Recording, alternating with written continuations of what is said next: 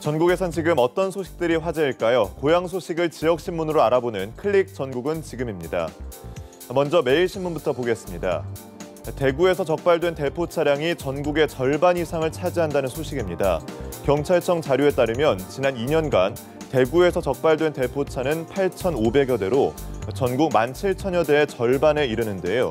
중고차 업계는 대구가 수입차를 선호하기 때문에 대포차 거래도 많다고 보고 있습니다. 그저 허식을 위해 불법인 대포차에 현혹되고 있다는 건데요. 수입차 가운데 최고급인 포르쉐의 수요가 가장 많은 곳도 대구인 것으로 최근 보도됐습니다.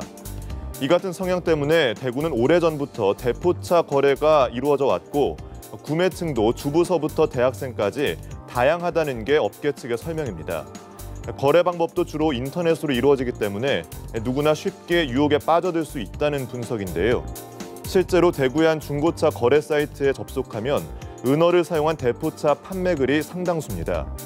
대포차는 대부분이 미보험 불법 차량으로 사고 시 큰 피해를 입을 수밖에 없기 때문에 피해가 커질 수밖에 없는데요.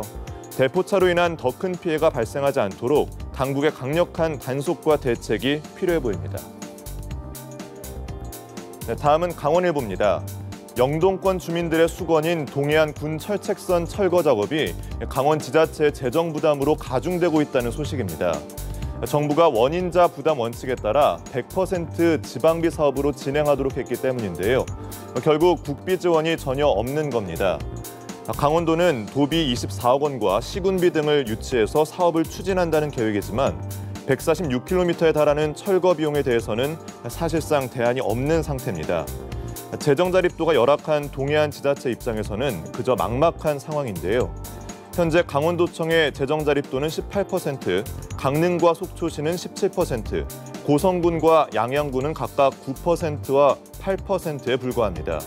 특히 고성과 양양은 지방세와 자체 수입을 합쳐도 공무원 인건비조차 충당하기 어려운 입장인데요. 상황이 이렇다 보니 생색은 정부가 내고 부담은 지자체가 떠안게 됐다는 목소리가 높아지고 있습니다. 마지막으로 전북일보 소식입니다. 수천억 원의 부채를 지고 있는 전북 지역 공기업과 공공기관들이 지난해 성과급 잔치를 벌인 것으로 나타나 빈축을 사고 있습니다. 지난해 부채액 상위 8개 기관을 조사한 결과인데요. 기관별로 살펴보면 부채액이 가장 많은 전북개발공사는 지난해 임직원에게 평균 500만 원의 성과급을 지급했습니다. 이뿐만 아니라 전북신용보증재단, 전북테크노파크, 전북생물산업진흥회, 전북인재육성재단 등이 1인당 최소 99만 원의 성과급을 지급한 바 있습니다.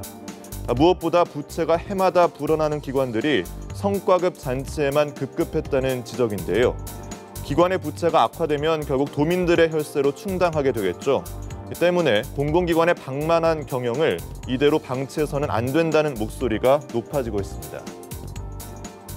지금까지 지역 소식을 전해드린 클릭 전국은 지금이었습니다.